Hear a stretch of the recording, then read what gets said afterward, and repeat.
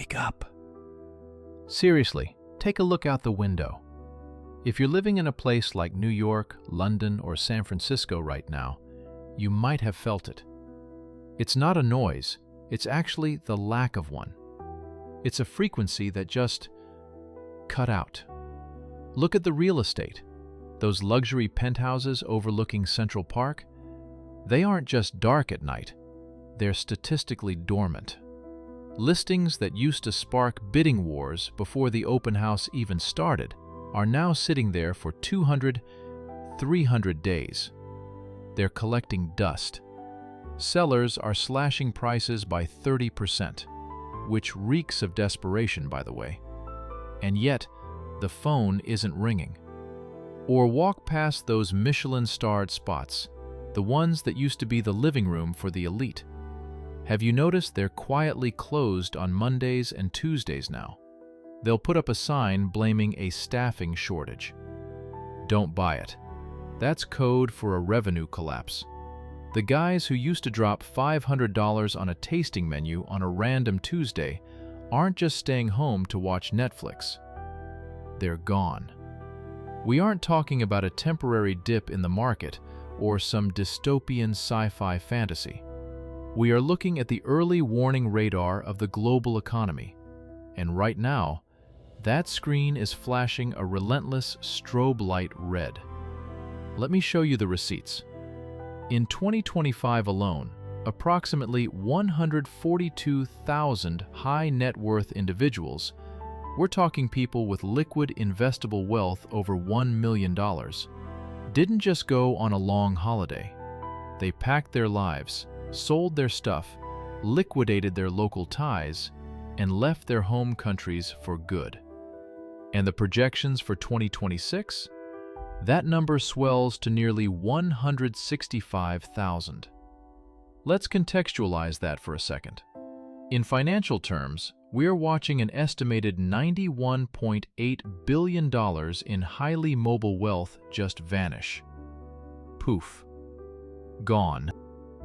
Vaporized from the tax bases of the G7 nations and beamed into new jurisdictions. But the numbers are just the symptoms. The disease is what should keep you up at night. You have to understand something about this demographic. The ultra-wealthy, the well-connected, the institutional movers. They don't move randomly. They don't uproot their families and shift billions of dollars because they woke up on the wrong side of the bed.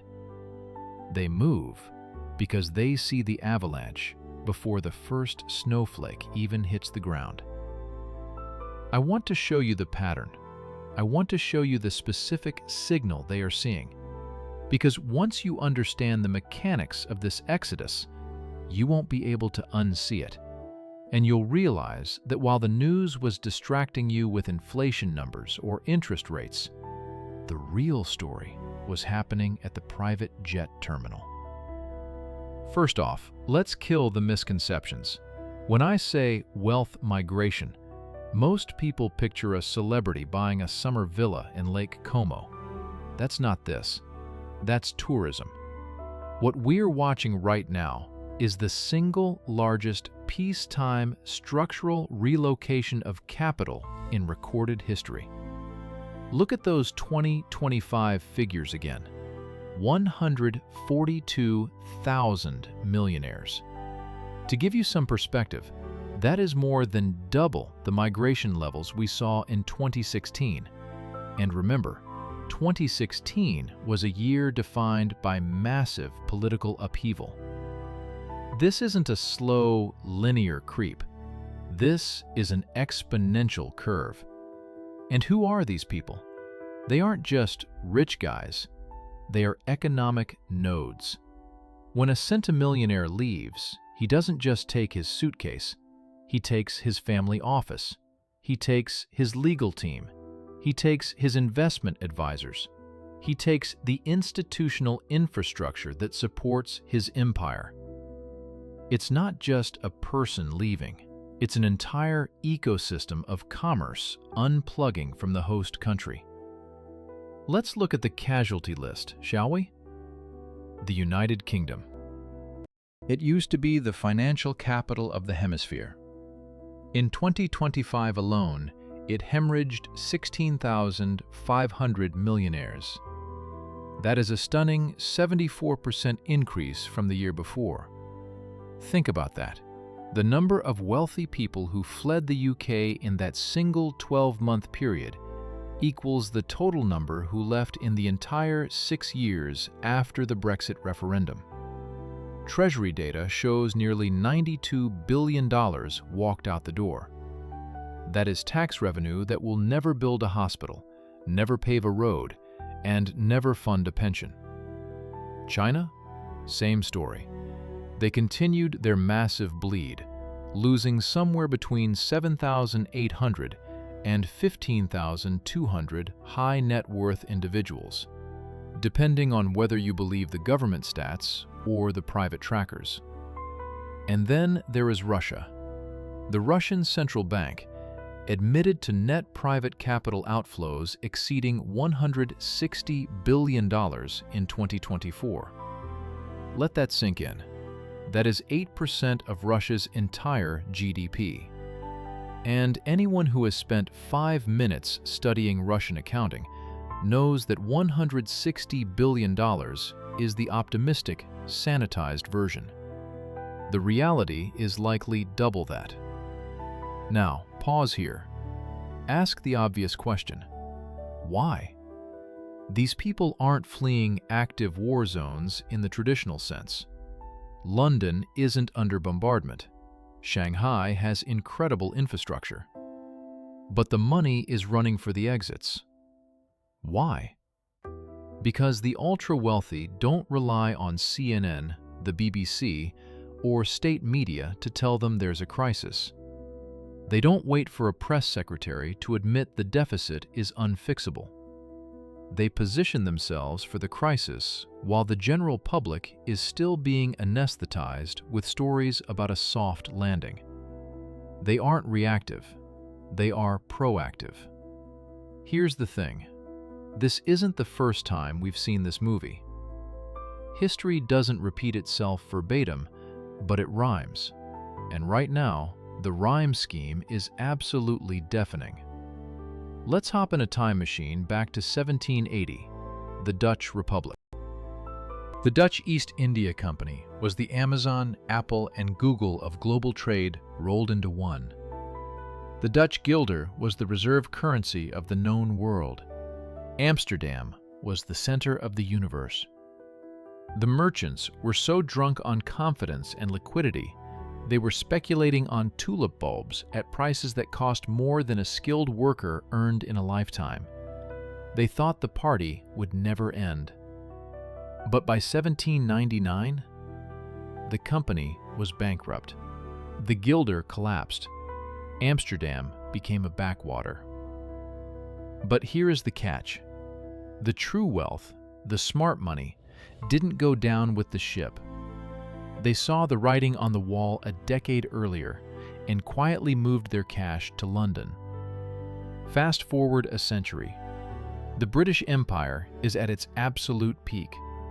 The sun never sets. The pound sterling is as good as gold, accepted in every port from Bombay to Boston. London is the king.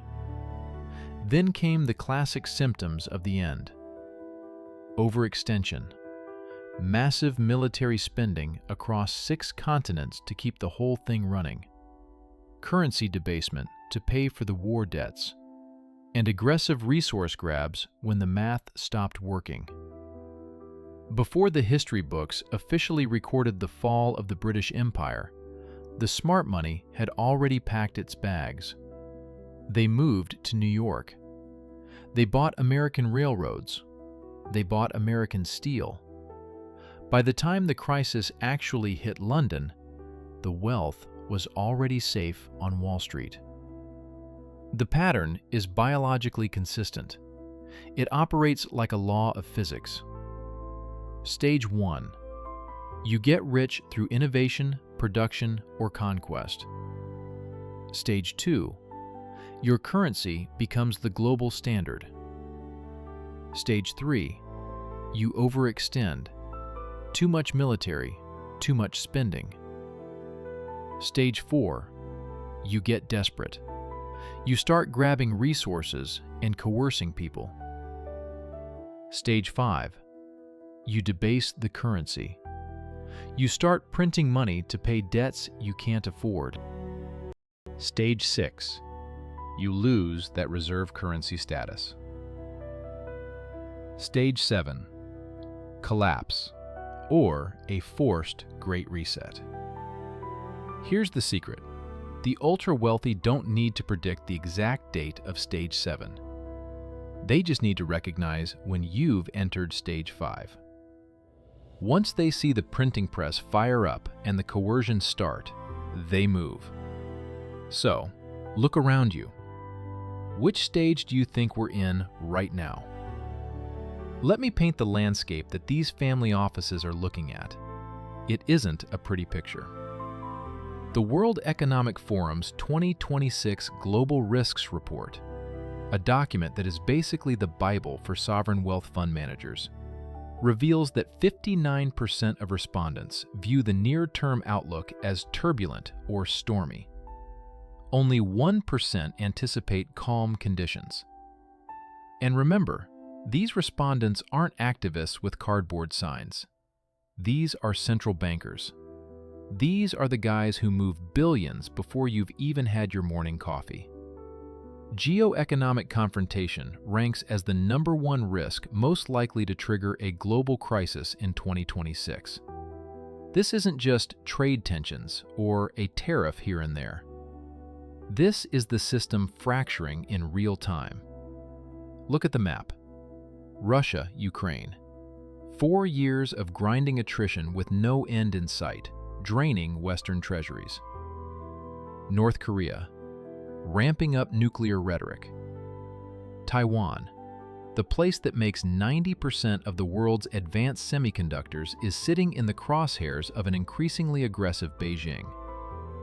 U.S. trade wars. They are expanding, not shrinking. For people whose wealth comes from global supply chains and cross-border investments, this isn't background noise.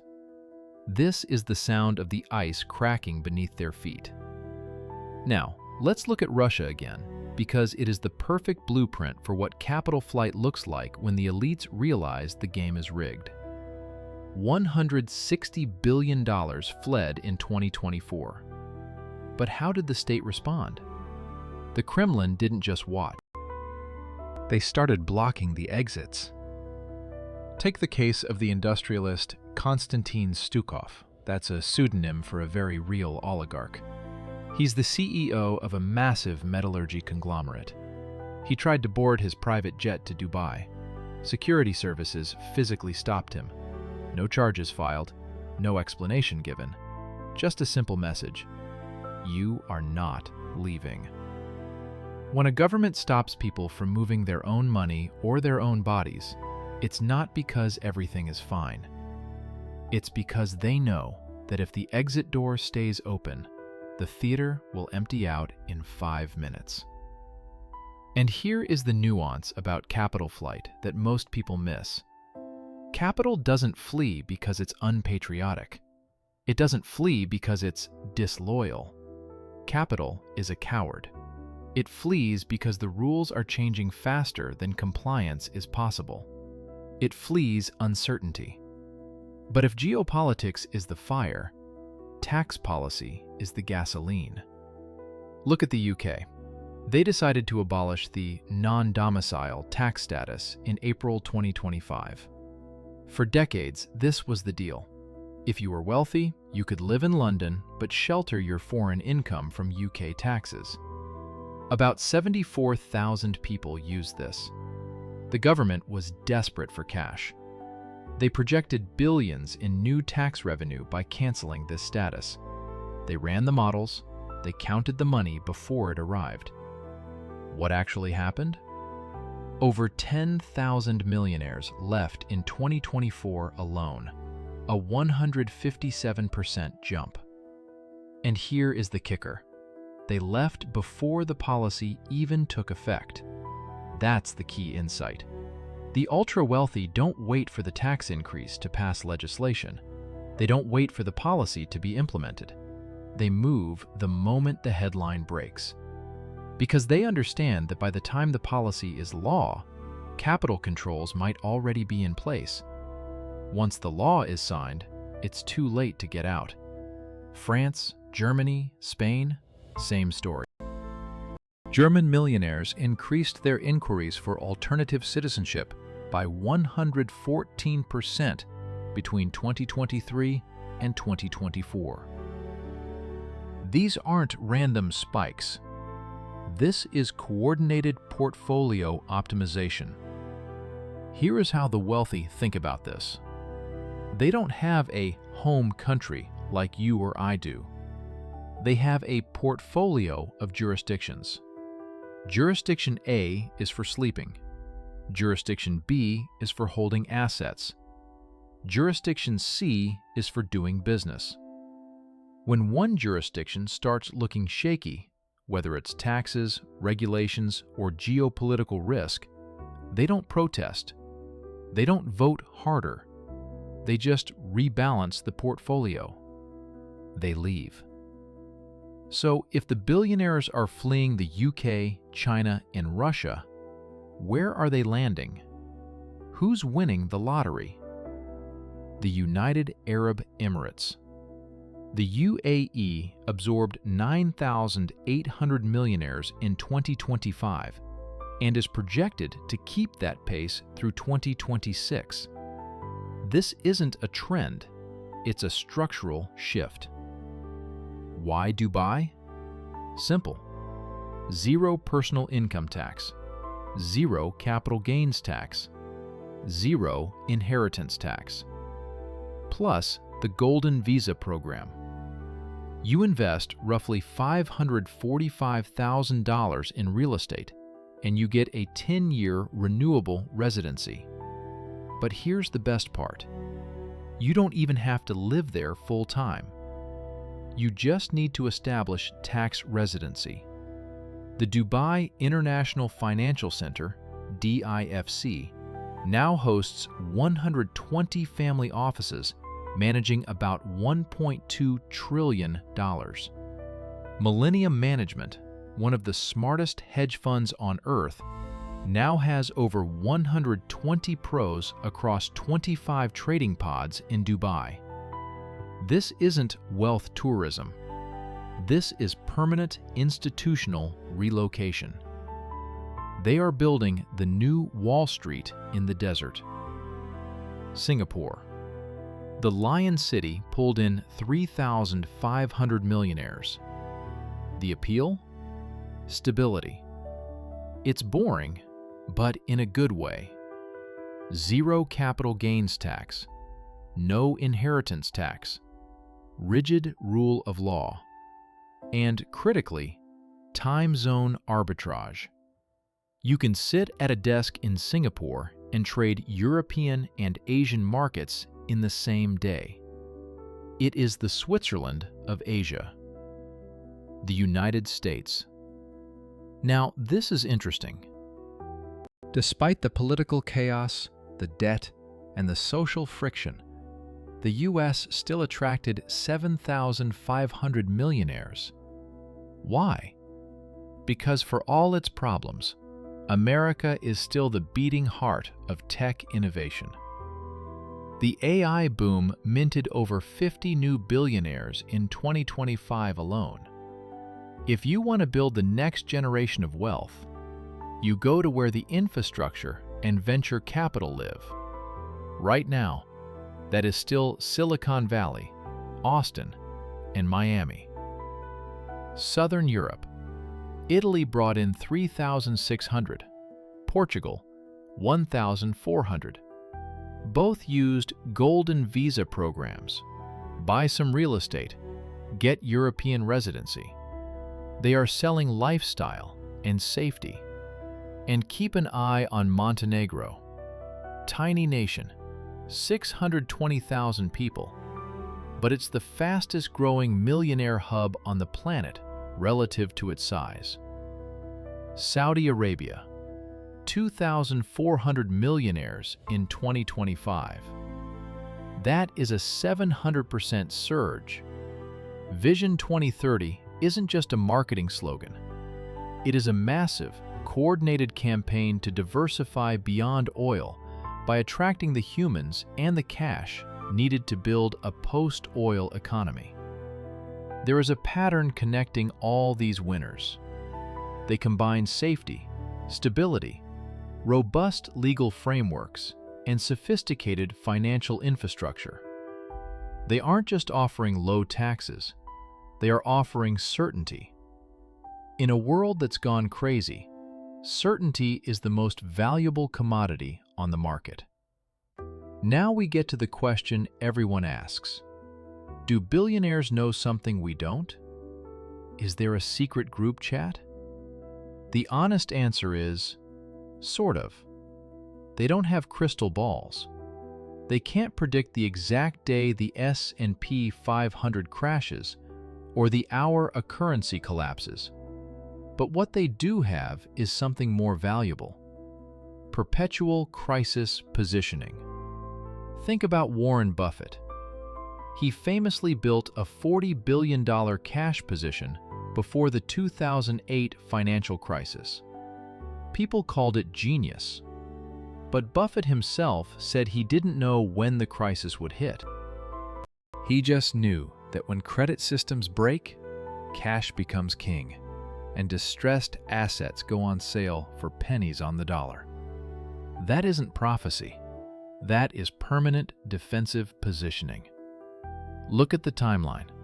Russian capital started fleeing to the UAE and Central Asia in 2021 and early 2022, months before the tanks rolled across the border. UK millionaires accelerated their departures in 2024, anticipating the tax reform that didn't happen until April 2025. European wealth spiked before any actual military escalation took place. The ultra-wealthy don't wait for the crisis to interrupt their dinner. They maintain standing infrastructure, offshore accounts, alternative passports, international legal structures, and diversified portfolios. When something smells wrong, they don't have to start building a lifeboat in the rain. They just get in the one they built 10 years ago. So, do they predict the crisis? No. But do they recognize emerging risks earlier than conventional economic indicators? Absolutely. Because while you are watching the news, they are watching their advisors. And their advisors are watching capital flows, regulatory trends, and debt sustainability models. By the time the crisis makes the front page, the smart money has already repositioned. You are always the last to know, and that is not an accident. That is the design of the system. Okay, so they're moving. But what are they doing with the money once they get there? They aren't just stuffing it under a mattress. Let's talk about alternative assets, because this is where the strategy gets really interesting. They are moving into things that governments cannot print. Fine art. Global ultra-high net worth allocation to art and collectibles now exceeds $2 trillion. Why? Because art is a store of value. It resists currency devaluation. It's hard for a government to seize it, especially if it's locked in a free port. Historically, it goes up in value when money gets unstable. Sales of design and decorative art jumped 20% in the first half of 2025. But here is the sophisticated move. Rather than selling the art and paying taxes, wealthy collectors get loans collateralized by the art. Bank of America's art loan commitments grew 14% year over year in early 2025. Translation? They keep the painting. They get the cash. They avoid the tax event. And when the crisis hits, they have dry powder ready to buy up cheap assets. Cryptocurrency. Bitcoin has been trading between $130,000 and $200,000 throughout 2026. Reports show Russian oligarchs and Chinese entrepreneurs are increasingly using crypto specifically to get around capital controls. Why? Because when your government can freeze your bank account with a single phone call, decentralized assets start looking really attractive. Stablecoins, crypto pegged to the dollar, are now standard for moving money across borders. The Genius Act, passed in July 2025, gave this regulatory clarity. Now, you can move millions across the world in seconds for pennies without touching the traditional banking system. Strategic resources. Rare earth metals. The stuff you need for AI, clean energy, and chips. China dominates this supply chain, which makes it a weapon. Ultra-wealthy investors are buying equity in mines and ETFs specifically because the demand is structural and the supply is politically choked. The theme is consistent. Hard assets, decentralized value, anything governments cannot print, freeze, or confiscate easily. Now let's talk about the fallout. What happens to the places they leave behind? This isn't just about billionaires getting richer in Dubai. This is about entire cities collapsing when the tax base walks out the door. Take New York City. Did you know the top 1% of earners contribute approximately 40% of the city's income tax revenue? Let that marinate for a second. 40%. If those people leave, the city doesn't just lose their tax payments, it loses the entire economic ecosystem around them. Every high-earning financial executive supports 4 to 6 additional service sector jobs. Personal assistants, drivers, household staff, private security, the waiter at the high-end restaurant, the sales clerk at the luxury boutique. When the executive moves to Dubai, all those jobs vanish. The multiplier effect kicks in. Luxury retailers close. Commercial real estate collapses because nobody is renting the offices. Tax revenue drops. So the city has to cut services. Garbage collection gets slower. Subways get dirtier. Policing gets reduced. Crime goes up. Quality of life goes down. And what does that do?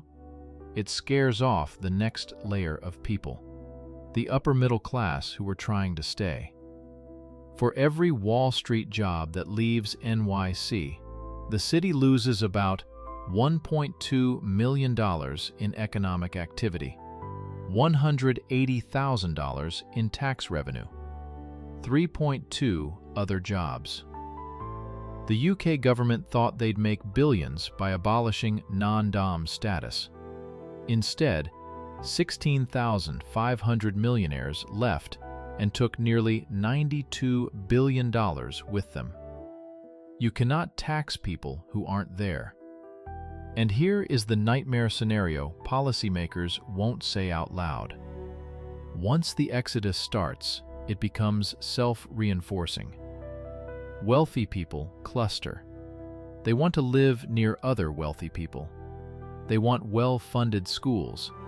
They want top-tier hospitals. They want low crime. When the first wave leaves, the second wave looks around and says, "Why am I still here?" Then the third wave. At some point, you aren't just losing a tax base, you are losing the city itself. So, where does that leave us right now? The signals are mixed, and that is exactly what makes this moment so dangerous. The leading economic index, the Conference Board's LEI, dropped 0.3% in September 2025. It's falling faster now than before. That screams slow down. The Somme rule. This is a recession indicator that tracks unemployment. It stood at 0.35 percentage points in December 2025. It triggers a formal recession alarm at 0.5. We are more than halfway there. If unemployment keeps ticking up, we hit that red button in February or March 2026. Corporate earnings versus reality. S&P 500 earnings are forecast to grow 14% in 2026. Wait a minute. How do you have slowing growth but booming profits? You don't. Unless corporations are keeping profits high by firing people, cutting costs, and watching their competitors die faster than they do. Commercial real estate. This is the ticking time bomb. Approximately $900 billion to $1 trillion in commercial debt matures in 2026. Usually, it's about 200 to 300 billion. We are facing a wall of debt 3 times the normal size.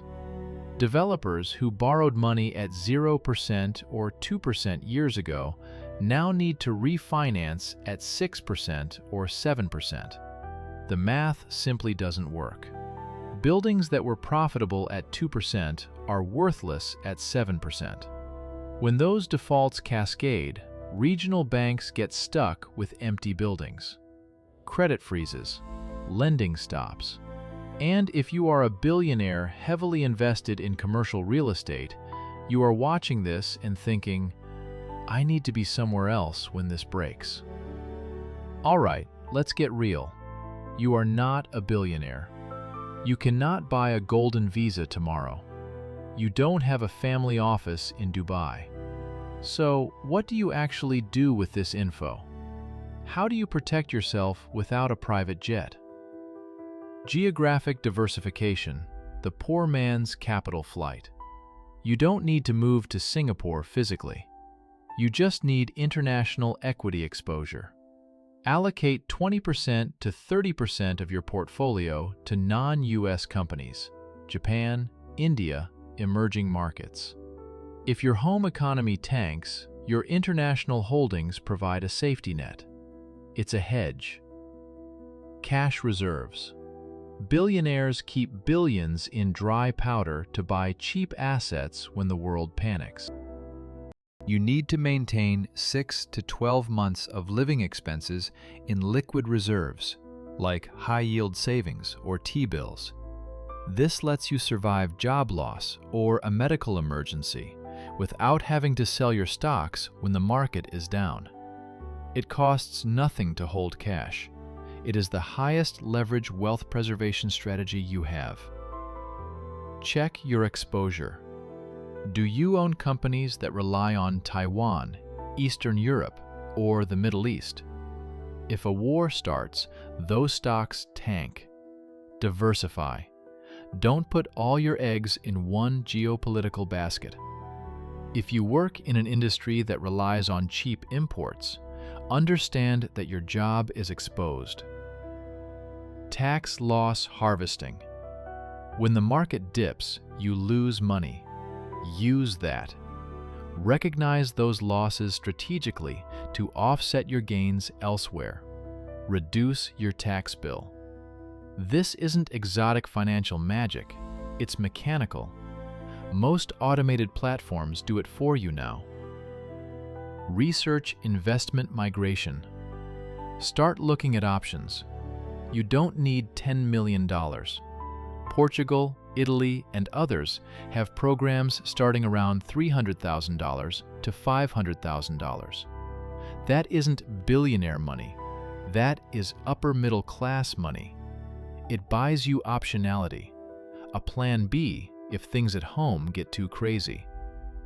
The principle is simple. Don't wait for the crisis to start building the lifeboat. So, here is the summary. 142,000 millionaires relocated in 2025. 165,000 are leaving in 2026. $91.8 billion left the UK. $160 billion fled Russia. The UAE gained nearly 10,000 new millionaires. These aren't accidents. They are the elite recognizing the cracks in the dam. Geopolitics getting uglier, regulations getting tighter, and economic power shifting away from the old world and into the new one. Do billionaires have superpowers? No. But do they have perpetual crisis positioning, expensive advisors, and the guts to act on bad news before everyone else admits it's bad news? Absolutely. The ultra-wealthy don't flee because they know the future. They flee because they understand the present better than you do. And by the time you see the crisis on the news, the smart money has already left the building. So the question isn't whether a crisis is coming. The question is, when the people with the most to lose are running for the exits, why are you still standing still? If this connected some dots for you, share it. Because most people don't know the game is rigged until they've already lost. Subscribe if you want to keep seeing the patterns the mainstream ignores. Thanks for watching. Now, seriously, go look at your portfolio, because the smart money already moved.